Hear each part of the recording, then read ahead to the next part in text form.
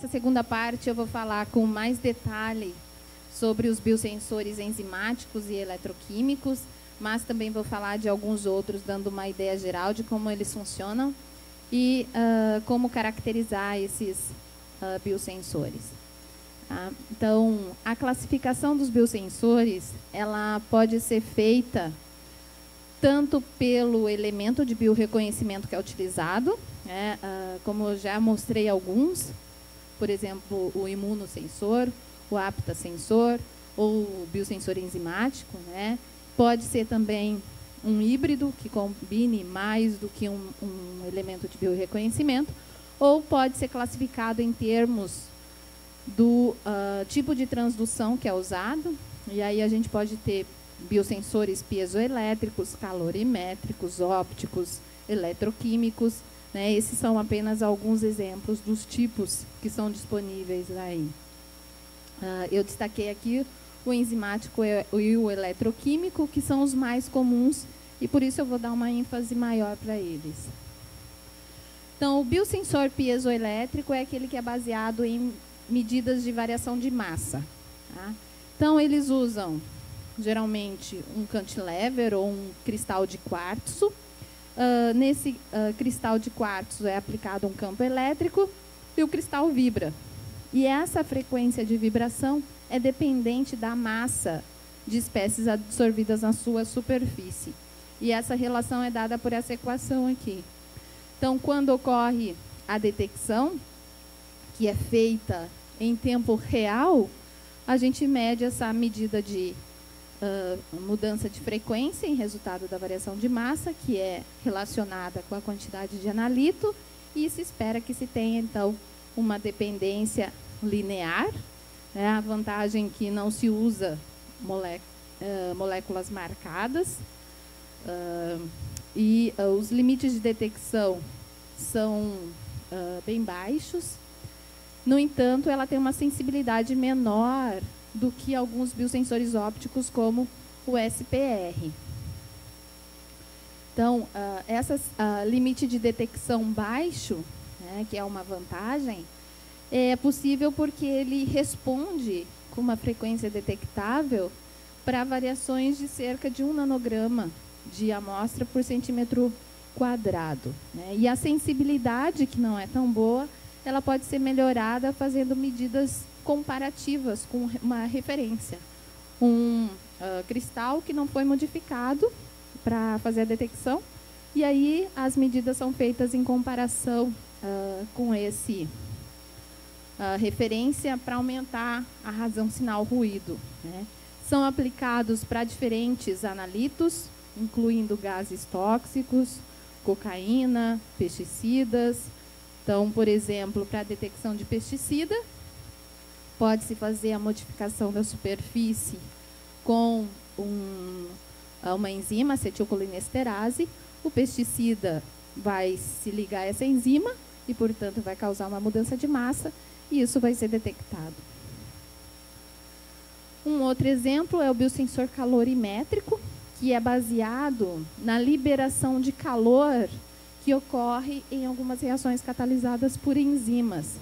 Então, ele funciona basicamente com um sistema como esse aqui, onde a amostra ela é injetada.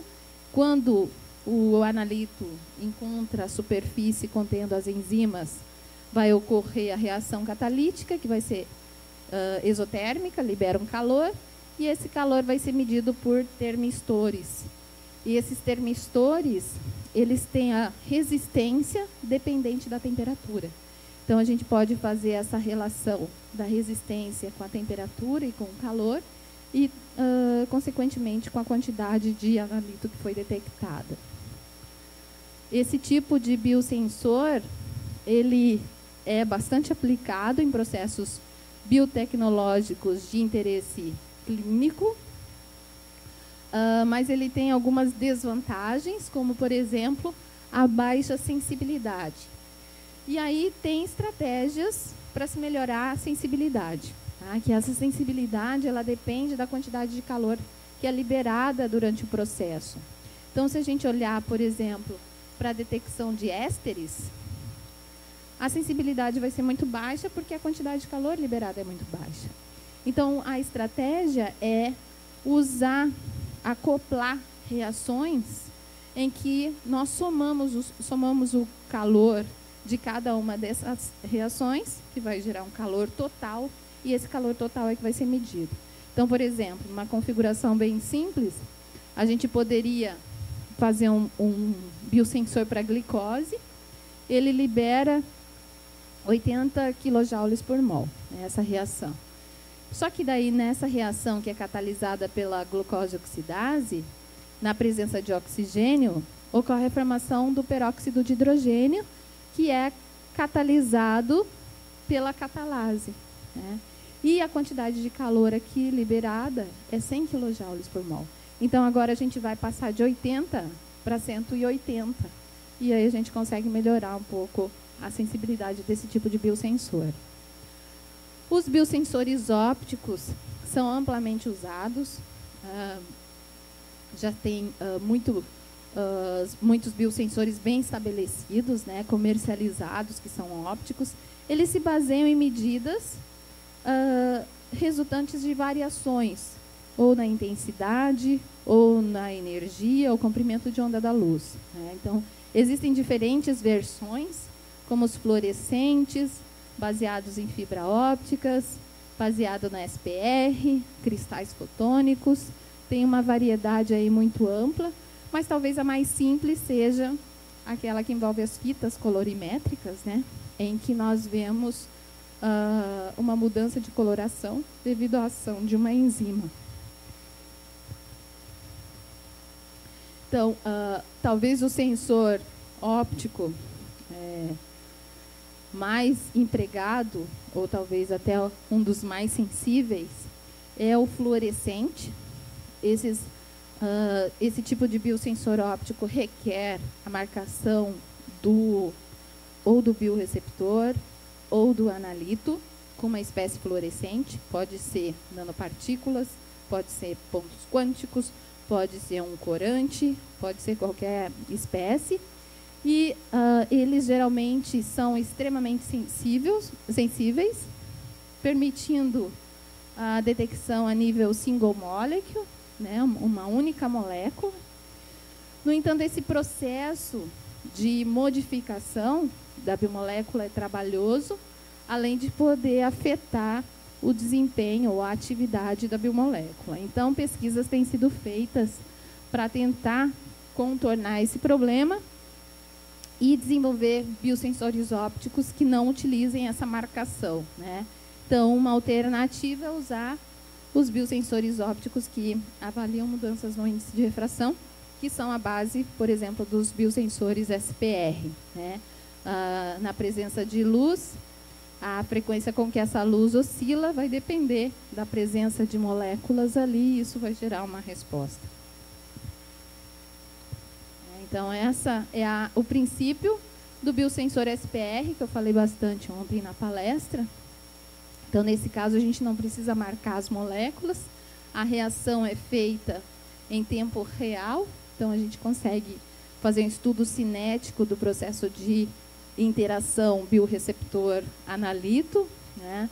E isso, graças a essa interação da luz com uma interface entre um metal e ar ou água. E as grandes vantagens desse tipo de biosensor é o baixo limite de detecção e alta sensibilidade. Então, os biosensores ópticos, eles são amplamente empregados e estudados porque eles apresentam aí várias propriedades, vantagens, características interessantes, né? Principalmente em termos de miniaturização, detecção múltipla e sensibilidade. Então, o outro biosensor que amplamente estudado é o biosensor eletroquímico. Ele se baseia em uma reação redox. Tá? Ele, então, se baseia nos elétrons gerados de um processo redox. Eles têm sido amplamente explorados utilizando nanoestruturas, porque tem se visto que essas nanoestruturas melhoram muito o desempenho desses biosensores. Então, basicamente, as reações redox vão gerar uma medida de corrente, de potencial, de resistência, e essa medida é, então, utilizada.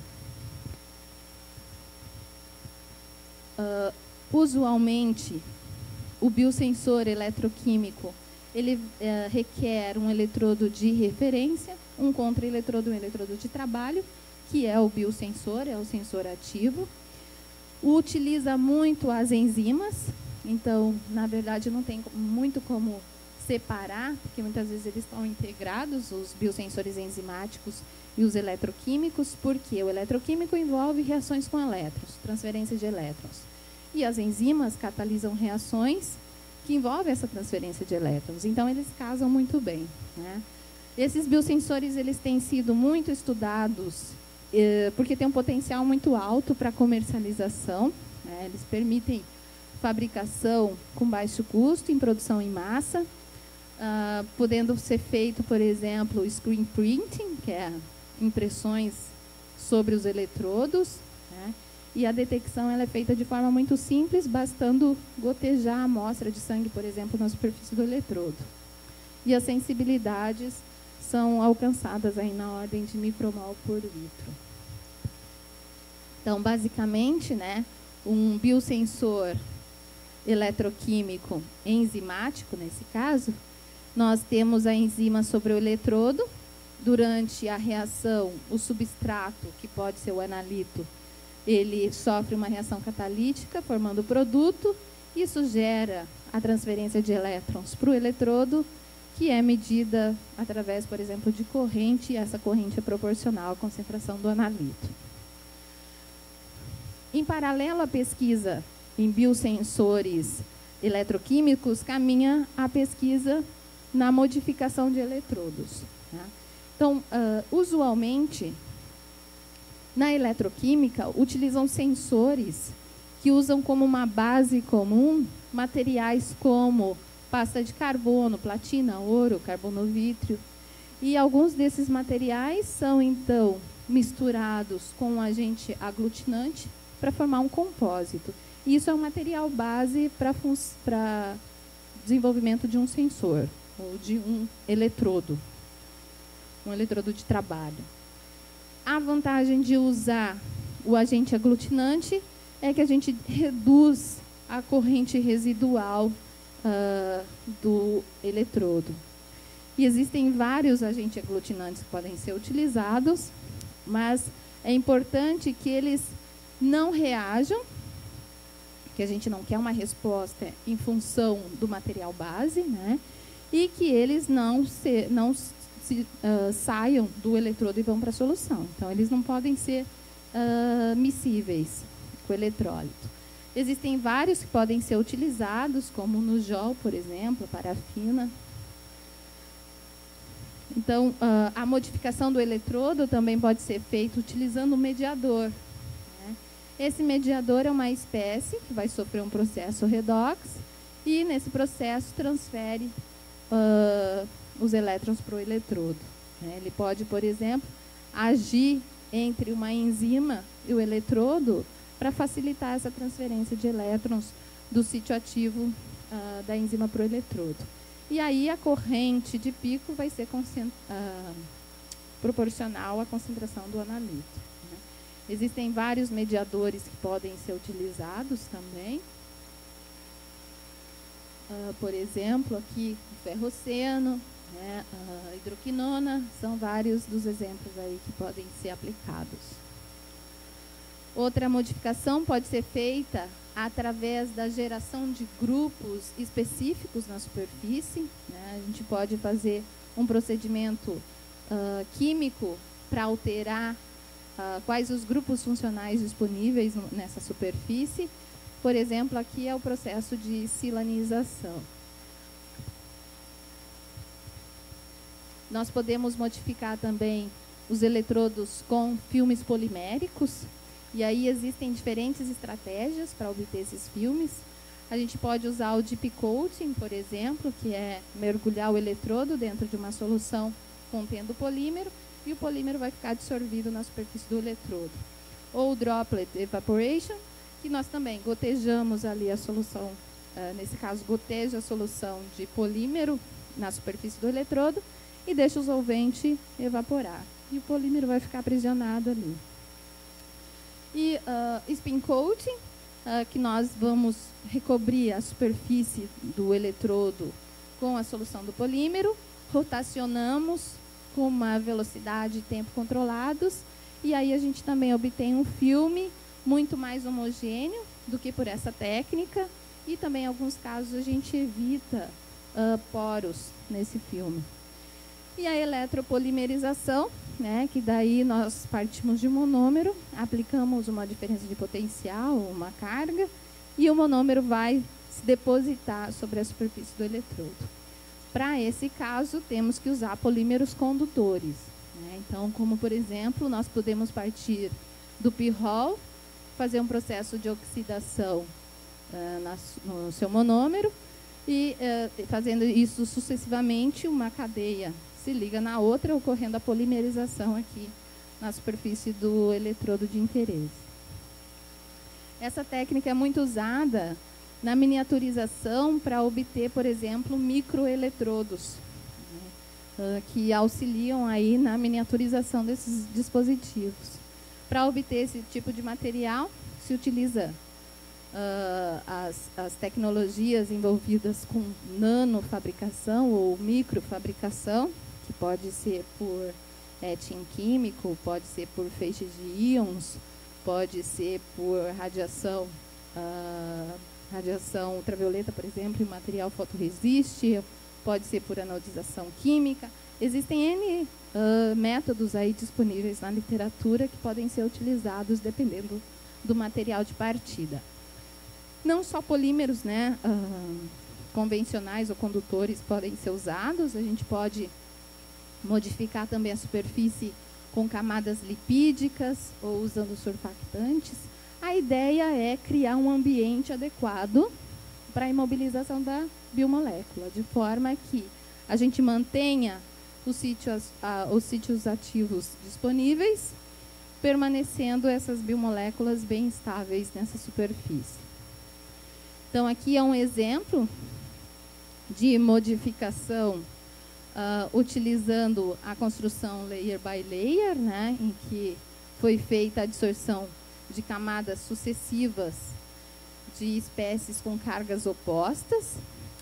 E aí, nesse trabalho especificamente, o pesquisador partiu de um eletrodo de grafite, modificou com um polímero condutor, a polianilina, e aí fez camadas sucessivas de poliestireno e enzima, fazendo com que ocorresse o aprisionamento da enzima durante essa modificação. Então, essa modificação do eletrodo, ela pode ser feita para diferentes focos. Tanto para aumentar a sensibilidade, né? Isso a gente pode fazer, por exemplo, usando catalisadores inorgânicos, tanto para aumentar a sensibilidade quanto a seletividade. Isso pode ser feito usando, por exemplo, nesse processo de imobilização, os bioreceptores, né? Ou catalisadores orgânicos e biológicos, como os mediadores, né? Nesse caso, a gente tem uma amplificação química do sinal e da especificidade. Isso quer dizer que, nesse caso, a gente contribui tanto para a seletividade quanto para a sensibilidade. Ou ainda, a gente pode ter outro enfoque, que é para melhorar o tempo de vida, tempo de resposta, a estabilidade. E aí, nós podemos usar diferentes materiais para esse fim, né? Então, por exemplo, nós podemos usar materiais biocompatíveis se o foco for desenvolver um material implantável. Então, os biosensores eletroquímicos, na verdade, existem diferentes formas como a gente pode fazer a detecção. A gente pode fazer detecção pela corrente, pela resistência, né, pelo potencial. E isso vai, então, criar uma subclasse do tipo de biosensor eletroquímico. Então, por exemplo, temos os sensores potenciométricos. Os sensores potenciométricos talvez sejam os mais simples, porque a gente mede a diferença de potencial entre o eletrodo de trabalho, que é o biosensor, e um eletrodo de referência, que é um eletrodo que não vai responder à medida que mudar a concentração do analito na solução. Tá? E isso é feito em condição de corrente nula, não aplica nenhuma corrente entre esses eletrodos. Esse tipo de biosensor eletroquímico, ele não é muito usado no desenvolvimento de biosensores, por causa da baixa sensibilidade, e ele obedece à equação de Nernst, aquela equação fundamental lá da eletroquímica, né, que vocês veem, Físico-Química 3, né? Então, que relaciona aí a concentração com o potencial medido. Então, a condutometria também é um outro método bem simples, que avalia o inverso da resistência da solução, mas também não é um método muito usado devido à baixa sensibilidade, né? No entanto, não é muito usado, mas pode ser usado. A gente pode, por exemplo, modificar o eletrodo com urease para fazer detecção de ureia e ele vai responder. O método mais empregado é a amperometria, que faz medidas de corrente com potencial constante, que é uma submedida da voltametria, que eu vou falar daqui a pouco. A gente mede valores de corrente estáveis com o tempo. E aí uma outra versão é a cronoamperometria, que aí nós vamos avaliar a corrente com o tempo. E aí isso permite fazer estudos cinéticos, por exemplo. E o outro método bem empregado é a voltametria, que vai medir a corrente em função da mudança de potencial. A gente aplica uma rampa de potencial e vê como que a corrente varia. Existem diferentes versões, pode ser voltametria cíclica, de pulso, voltametria de onda quadrada, cada uma com as suas características, em alguns casos uma melhor, às vezes outra. Mas o interessante da voltametria é que, como a gente tem essa varredura de potencial, nós conseguimos, às vezes, detectar espécies diferentes com uma mesma medida. Se a gente tiver espécies que tenham processos redox bem distintos, elas vão responder em diferentes regiões do voltamograma e a gente vai conseguir identificar isso. Tá? Normalmente se utiliza uma configuração de 3 eletrodos, trabalho, que é o biosensor, então aqui a gente mobiliza o elemento de biorreconhecimento, a referência e o contraeletrodo.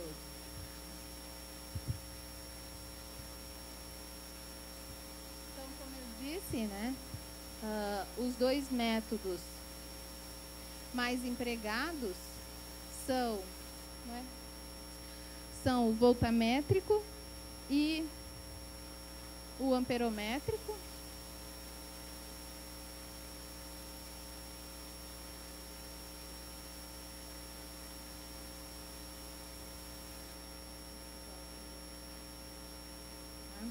Porque eles apresentam aí várias vantagens, né?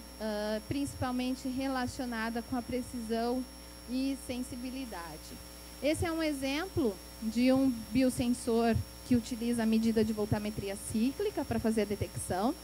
Esse é um biosensor microbiano, que foi imobilizada uma bactéria que contém as enzimas catalase e peroxidase. E essas enzimas, elas têm um cofator que é baseado nos processos redox do ferro. E o ferro tem picos bem definidos, em potenciais bem definidos de oxidação e redução. Então, a gente detecta isso facilmente através dessas medidas. Um outro exemplo é esse trabalho aqui. Aqui foi feita a voltametria cíclica de um mediador junto com glicose. E aí, nesse outro caso, foi feita a voltametria cíclica agora da mesma base, mas contendo a glucose oxidase, contendo a enzima. E aí o que se observa é um aumento drástico da corrente devido ao processo de catálise enzimática, né? Então, aqui, como a gente não vê picos bem definidos, porque foi baseado na glucose oxidase, ela não tem cofatores de ferro, por exemplo, então não é fácil de visualizar os processos redox, eles, então, optaram por fazer a detecção por amperometria.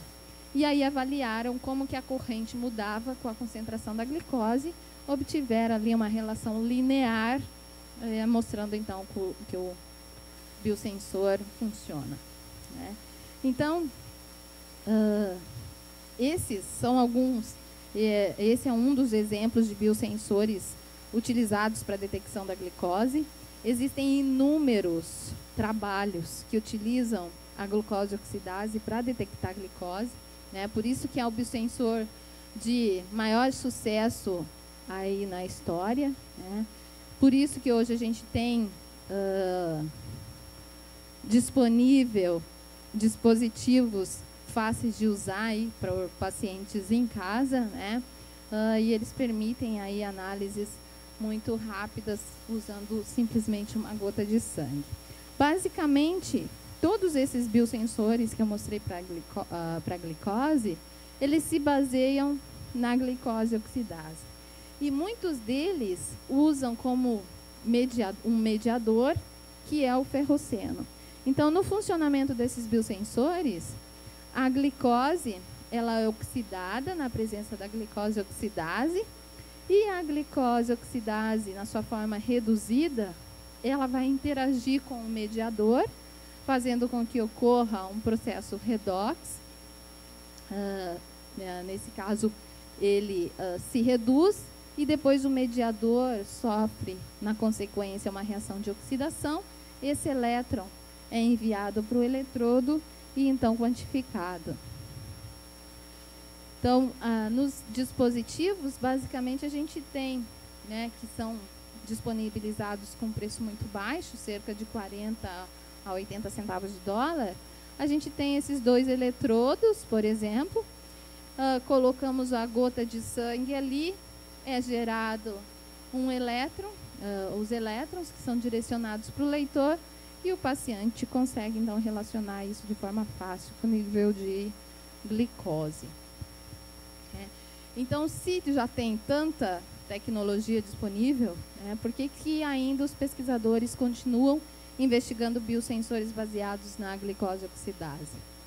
Primeiro, procura-se sempre biosensores não invasivos, que utilizam amostras não de sangue, mas amostras de saliva, amostras de suor, né? E tem se buscado também biosensores implantáveis, que possam fazer análises contínuas, né? Isso é importante, por exemplo, para avaliar o funcionamento de um pâncreas artificial e avaliar o controle do suprimento de insulina nesses pacientes.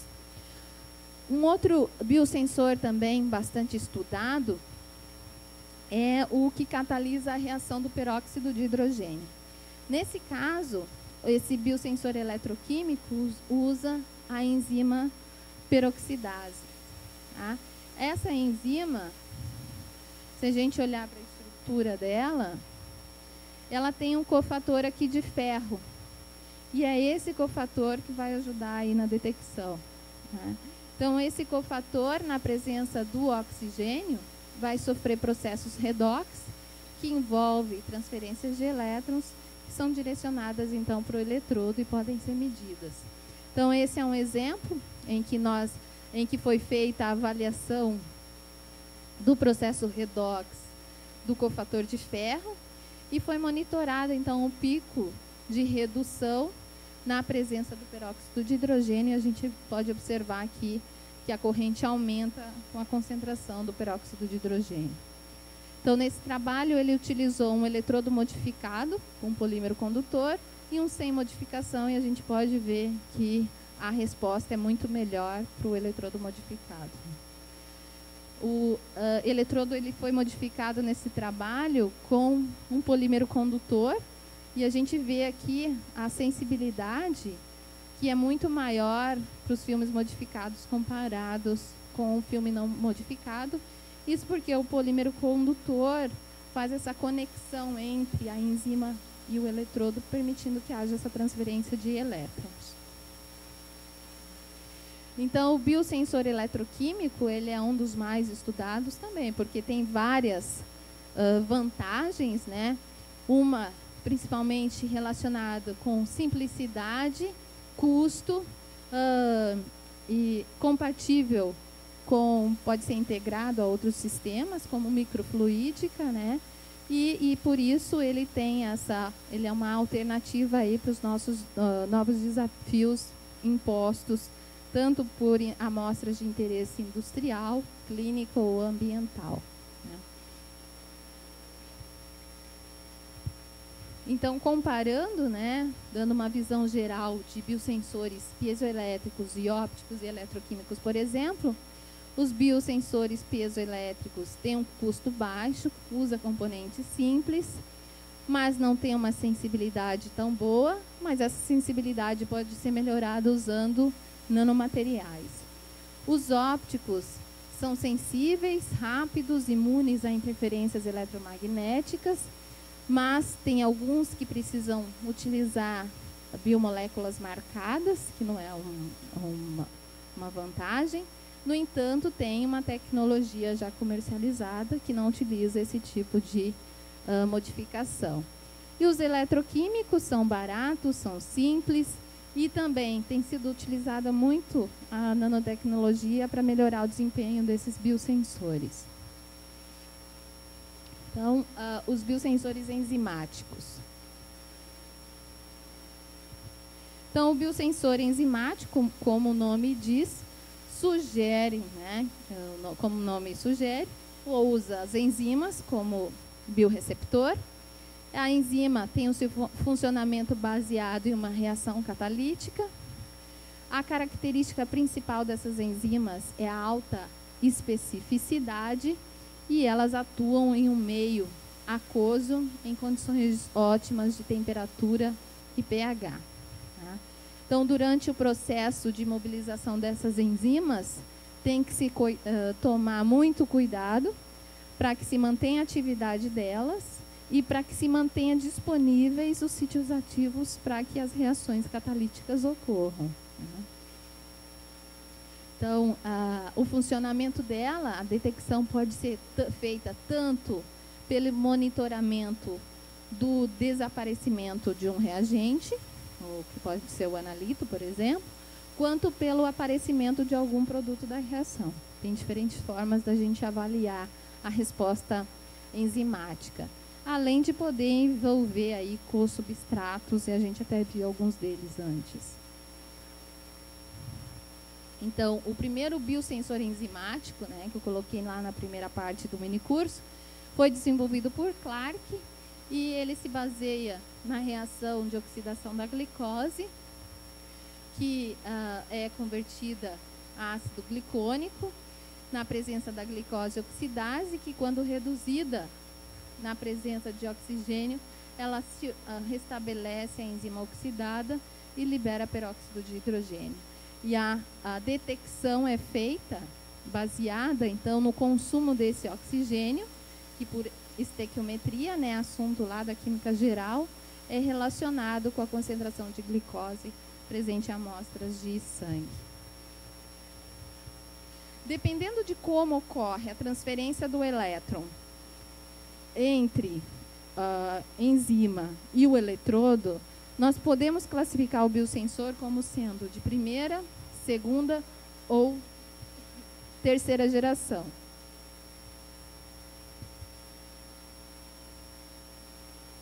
No eletrodo de primeira geração, o produto da reação difunde aqui para o transdutor, causando uma mudança na resposta elétrica, e essa detecção ocorre às custas do consumo de oxigênio. Foi a tecnologia usada pela Yellow Spring lá na comercialização do biosensor de glicose, no modelo do Clark, do professor Clark. Né?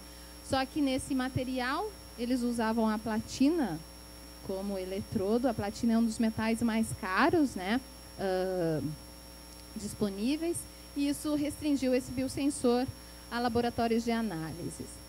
Essa configuração, ela tem algumas desvantagens, porque ela requer potenciais muito altos, requer energia, né? E isso pode aumentar a possibilidade de interferências. Requer que haja solubilidade de oxigênio nos fluidos biológicos para poder ser detectado. E, em alguns casos, pode ocorrer desativação da enzima na presença do peróxido de hidrogênio. Então, vem a segunda possibilidade, né, que são os biosensores de segunda geração. Nesse caso, é colocado um mediador entre o eletrodo e a enzima para fazer a transferência de elétrons do sítio ativo da enzima para o eletrodo. Existem aí vários mediadores, como eu mostrei antes, que podem ser utilizados. A utilização do mediador agora contorna o problema relacionado com a presença de oxigênio, né? Se não tiver uma boa solubilidade, não tem problema, que a gente não precisa mais de oxigênio nessa configuração. Muitas vezes o mediador ele aumenta a taxa de transferência de elétrons e melhora a sensibilidade do biosensor. Mas essa configuração também tem algumas desvantagens. Por exemplo, pode ter uma competição do mediador com os oxigênios no meio, né? E então pode ter interferências de outras espécies. E o mediador, devido ao tamanho, que geralmente é pequeno, e a alta difusibilidade, ele pode sair dessa região, né? E a gente perde essa configuração. E aí, então, tem os de terceira geração, que envolve a imobilização direta, né? A transferência direta dos elétrons da enzima para o eletrodo. Né?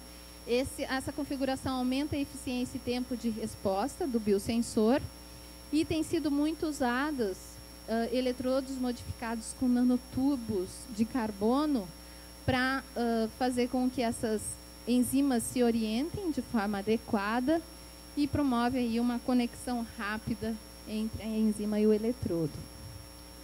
Então, a gente pode fazer o monitoramento do analito de diferentes formas, dependendo da configuração do eletrodo, né? E uma das formas que eu não mencionei é a inibição enzimática. Né? Nesse caso, o analito ele se liga irreversivelmente ou reversivelmente na enzima. Isso vai fazer com que a enzima seja inibida, ou seja, ela vai perder a atividade.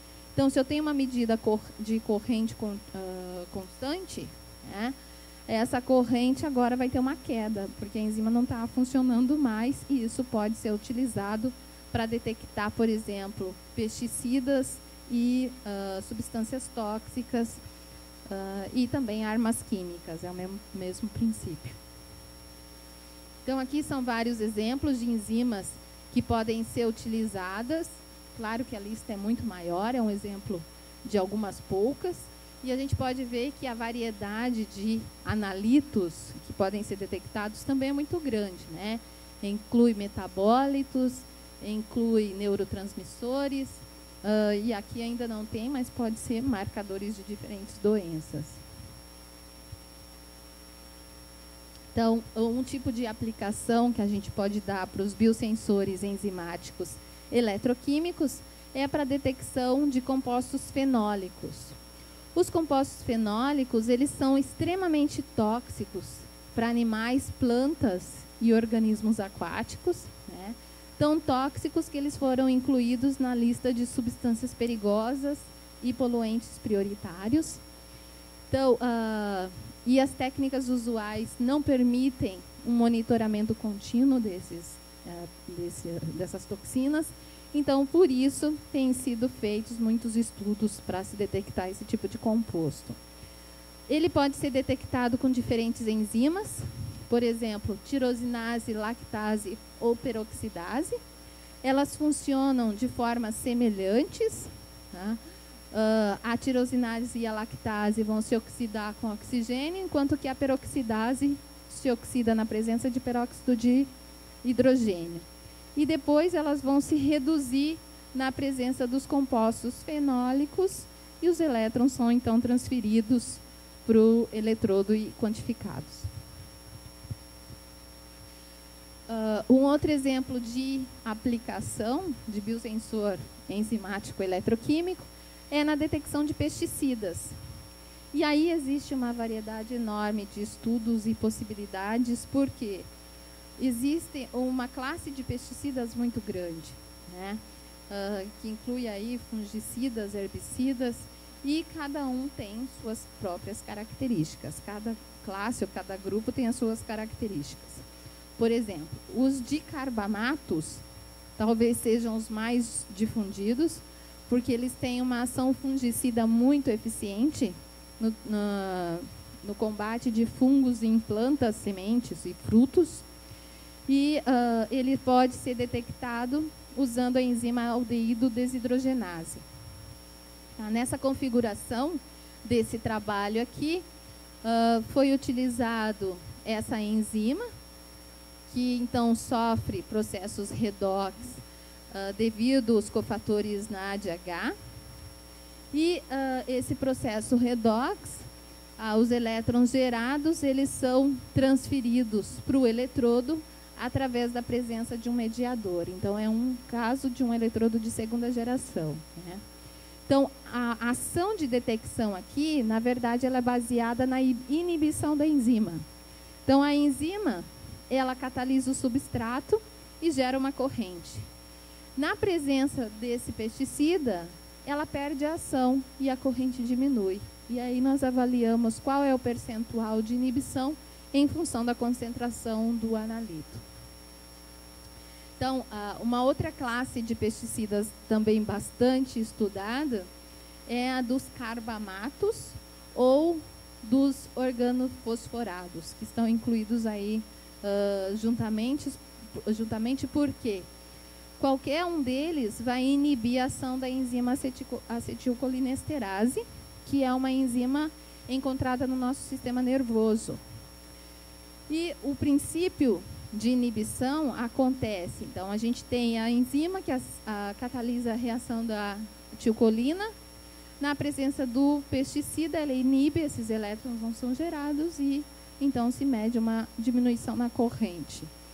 Esse princípio da inibição aqui é o mesmo da arma química. Então, essa mesma configuração também pode ser utilizada para detectar armas químicas. Então, o colesterol também a gente pode desenvolver um biosensor para ele, utilizando, por exemplo, aqui nesse caso foi utilizado a enzima colesterol oxidase, que foi imobilizada em PVA, que foi reticulado com ácido bórico, e flitalocianina de cobre, que é o mediador. Tá? Então, nesse caso, o processo redox acontece na presença de oxigênio, os elétrons são transferidos para o mediador e coletados no eletrodo coletor. Essa aqui é uma configuração utilizada para detectar L-lactato. O lactato é um produto da queima da glicose, queima anaeróbica da glicose. Então, a detecção dele é interessante, por exemplo, para avaliar a intensidade das atividades físicas de atletas, por exemplo. Então, nesse caso, a configuração do eletrodo foi montada para eliminar possíveis interferentes. Então, a enzima utilizada é a lactato desidrogenase, que foi aprisionada atrás de uma camada de poliuretano, né? E o poliuretano, ele evita que camadas, espécies de alta massa molecular acessem a enzima, né? Diminuindo, então, a possibilidade de interferentes, mas o lactato consegue acessar a enzima. Ele é, então, catalisado, oxidado a piruvato, ocorre a liberação do peróxido de hidrogênio, que aí, então, sofre um processo redox, liberando os elétrons por eletrodo coletor. Aqui é colocada uma camada de nafion antes do eletrodo para evitar a migração de contaminantes como ácido ascórbico e ácido úrico, que são contaminantes presentes aí em amostras de sangue, por exemplo. Então, qual é o princípio de funcionamento termodinâmico dessas enzimas, né? Então, como vocês veem lá na química geral ou na fisicoquímica, qualquer reação, para que ela aconteça, está envolvida ali uma energia de ativação, né? Que é a energia relacionada com a probabilidade de ocorrer o choque entre os reagentes e nesse choque para que haja quebra de ligações e formações de novas ligações e então forme-se os produtos. Se nesse choque os reagentes não adquirirem energia suficiente, vão voltar para o estado inicial. Se conseguirem romper a barreira energética, formem-se o produto. Na presença da enzima, cria-se um caminho para essa reação que envolve a formação de complexos intermediários que são enzima substrato ou enzima produto, né? E ao fato de ocorrer essa combinação, essa criação desse complexo ativado, faz com que essa energia de ativação reduza muito. E essa energia de ativação, ela está relacionada com a velocidade da reação. Fazendo com que ela reduza, nós conseguimos aumentar a velocidade da reação em 8 a 10 a 11 vezes. Então, aumenta muito, por isso que a enzima tem essa atividade que a gente diz que é catalítica, né? Ela funciona como um catalisador.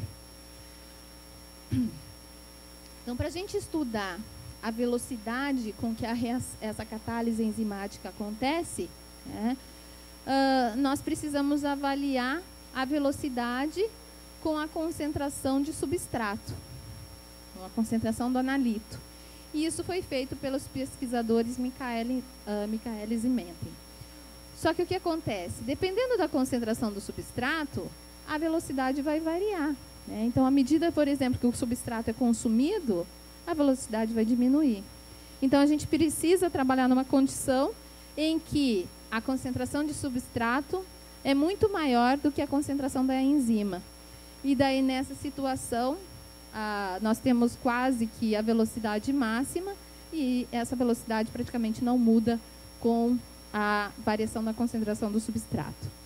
E aí o Michaelis e Menten atribuíram um mecanismo para a reação de catálise que envolvia 2 etapas. Uma etapa bem rápida de formação do complexo e uma etapa mais lenta em que ocorre a formação do produto. Se essa é a mais lenta, é aquela que determina a velocidade da reação, né? E aí, então, ele descreveu como que essa velocidade depende da concentração do substrato e nessa equação foi introduzida essa constante de Michaelis-Menten que relaciona qual é o grau de afinidade entre a enzima e o analito, ou o substrato, né? Quanto maior essa constante, menor é a afinidade. Tá? Então, como a gente faz para determinar o valor dessa constante para prever se esse biosensor tem uma alta afinidade ou não? A gente pode usar uma condição experimental em que a velocidade de reação corresponde à metade da velocidade máxima. Aí, nessa situação, nós podemos substituir isso na equação de Michaelis-Menten, dividir pela velocidade máxima e rearranjar para a constante. Nós vamos verificar que a constante é exatamente a concentração do substrato nessa condição experimental. E aí a gente pode linearizar a equação, fazendo o inverso dela e reescrevendo, que daí ela passa a ter um novo nome, porque tiveram outros 2 pesquisadores que fizeram isso. Lógico que eles não iam manter o nome dos pesquisadores antigos, né? Então, eles passaram a colocar o nome deles na equação. E aí a gente pode, então, representar essa dependência por um gráfico linear e desse gráfico extrair o valor da constante e avaliar, então, qual é o grau de afinidade do substrato com o biosensor. Então, quando nós desenvolvemos um biosensor, nós precisamos avaliar o quão bom ele é. Quão bom é o seu desempenho. E isso é feito através de um grupo de propriedades que fazem parte, então, desses fatores de desempenho. Então, eu vou tentar falar um pouco sobre essas propriedades, né, que são propriedades, na verdade, que certamente vocês veem lá na disciplina de analítica. Mas o que acontece muitas vezes é que o pesquisador que vai para a área de biosensores, ele não é exatamente um pesquisador que trabalha na analítica. Ele é um pesquisador da fisicoquímica, ou da inorgânica, ou da materiais, ou da engenharia ambiental, ou da física. Então, ele pode ser de diferentes áreas, mas que precisa saber e que precisa aplicar esse tipo de conceito aí que está relacionado com a química analítica. Né? Então, o primeiro gráfico, a primeira propriedade é o gráfico analítico. Ou curva de calibração, ou curva de padronização, são sinônimos. Tá? E ele representa a resposta do instrumento em função da concentração do analito. Tá? Como que o instrumento responde à medida que a concentração do analito muda?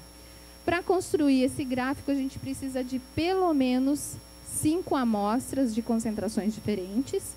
Então, o que a gente faz? Prepara soluções de concentrações conhecidas e avalia o biosensor para cada uma dessas concentrações, plota então esse gráfico. E a ideia é que haja uma dependência linear, que seja representada então por uma equação de regressão linear, que relaciona então a resposta do biosensor com a concentração. B aqui, que é o coeficiente linear, representa uma média do branco da medida, ou a linha base. E o S, que é o coeficiente angular, qual a inclinação dessa reta, representa a sensibilidade do método. Então, é daí que a gente extrai o valor da sensibilidade, que vai nos dizer qual é a capacidade do método em distinguir, com um determinado nível de confiança, duas concentrações próximas. Quando nós construímos esse gráfico, então o objetivo é construir uma curva de calibração que a gente possa usar para determinar a concentração de uma amostra que nós não conhecemos a concentração, de uma amostra desconhecida, por exemplo, uma amostra real. E aí, nós então agora vamos analisar a amostra de interesse, por exemplo, a água de um determinado rio, ver se ela está sendo contaminada pelos pesticidas que estão sendo usados na plantação, na plantação ali ao redor. E aí nós pegamos essa água, fazemos a análise com o biosensor e verificamos a resposta. Com base nessa resposta, nós estimamos qual é a concentração, nesse caso do pesticida, nessa amostra, e avaliamos se esse nível é aceitável ou não. Tá? Quando nós fazemos essa curva, é importante identificar a faixa de concentrações adequada para se trabalhar. Né? Essa é uma escolha difícil, porque você tem que prever qual é a concentração da espécie de interesse na amostra real. Quanto que você espera detectar? É na ordem de microgramas por litro? É na ordem de nanogramas? E aí você tem que trabalhar, então, nessa faixa. Para minimizar o erro dessa medida, o ideal é que a resposta da amostra de concentração desconhecida, ela corresponda ao meio dessa curva, a média das respostas, que fique mais ou menos no meio. Porque daí, quando nós utilizarmos essa equação para o cálculo do erro, nós então eliminamos esse termo e vamos minimizar então o erro associado a essa medida. Tá? Uma forma de melhorar a sensibilidade, quando nós fazemos essas análises, é fazer em paralelo a análise com um sensor de referência. Porque daí a gente vai eliminar por exemplo, os efeitos de matriz. Porque muitas vezes a gente faz a análise de uma matriz diferente, faz a análise da amostra, né, real, que tem um ambiente bem diferente das soluções padrões que foram usadas para construir a curva de calibração. Então, fazendo isso, a gente elimina esses efeitos de matriz, então, aumentando a relação sinal-ruído. Então, a gente faz a medida do biosensor e a medida de uma referência, um branco, e analisa a relação entre essas respostas, que pode ser em termos da diferença ou em termos da razão. A linearidade, ela vai avaliar o quão linear é a dependência da resposta com relação à concentração, né? Então, a partir da concentração em que a gente não tem mais essa dependência linear, a gente não tem mais a linearidade. Para avaliar o quão linear é a resposta, a gente pode usar o coeficiente de correlação. Quando R² é igual a 1, quer dizer que a gente tem aí uma correlação perfeita. As outras propriedades são seletividade e especificidade. Muitas vezes são usadas como sinônimos, né? Elas são medidas da confiabilidade da medida do biosensor na presença de interferentes, né? A especificidade define a capacidade do método em detectar um único analito, enquanto que a seletividade se refere à capacidade de detecção de diferentes substâncias, podendo ou não ser mais que uma, mas a gente diz que quanto menor a interferência, maior é a seletividade. Como é muito difícil ter métodos específicos que respondam só a uma espécie, é mais seguro e, por isso, é mais comum se referir apenas aos biosensores em termos de seletividade, né? Então, a gente viu, por exemplo, que os biosensores enzimáticos são mais seletivos que o microbiano.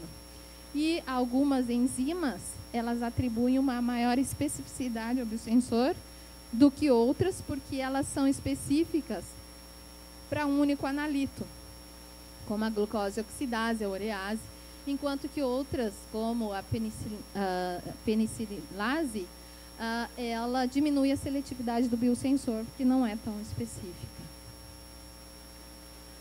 O tempo de resposta é o tempo necessário para se alcançar 95% da resposta.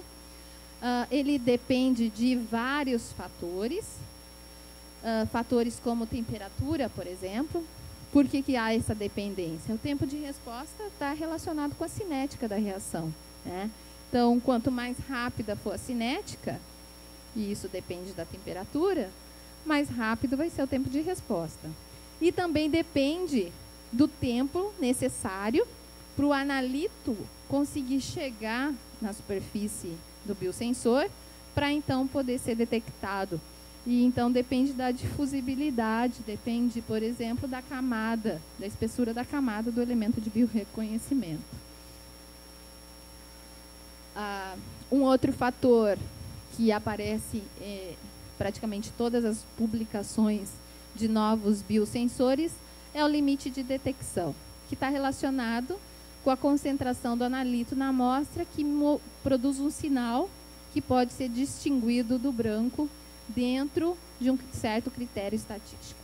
Ele pode ser determinado basicamente de 3 formas. A gente pode utilizar a razão sinal-ruído. Nesse caso, se faz um experimento da linha base, do branco, né?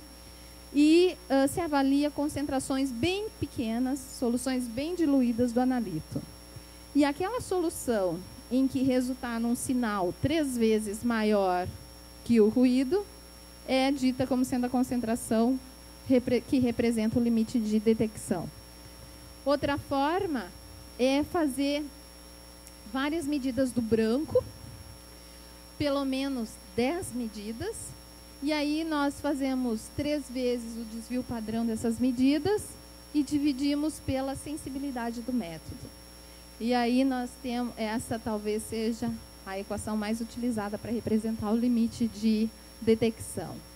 Ou pode ser também por análise estatística, né, usando valores tabelados em função de número de análises do branco, e a gente tem, nesse caso, essa equação.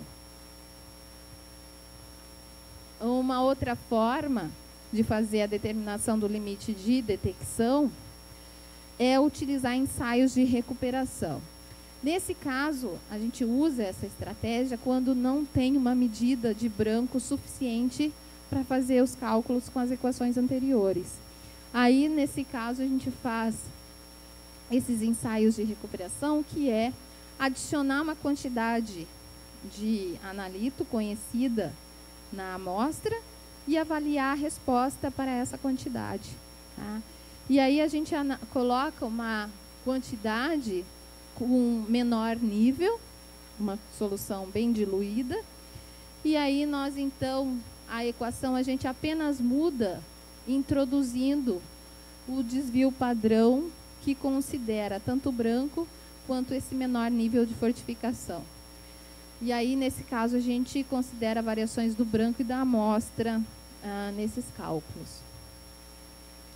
O limite de quantificação agora vai nos dar a medida da menor quantidade do analito em uma amostra que pode ser determinada com precisão e exatidão aceitáveis sob a condição dos experimentos estabelecidos.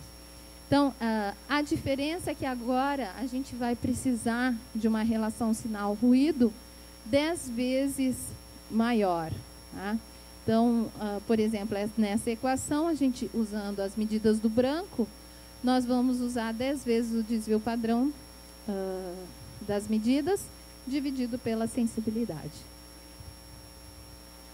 Então, esse gráfico mostra essa relação sinal-ruído para o limite de quantificação e para o limite de detecção. Né? A exatidão e a precisão, né?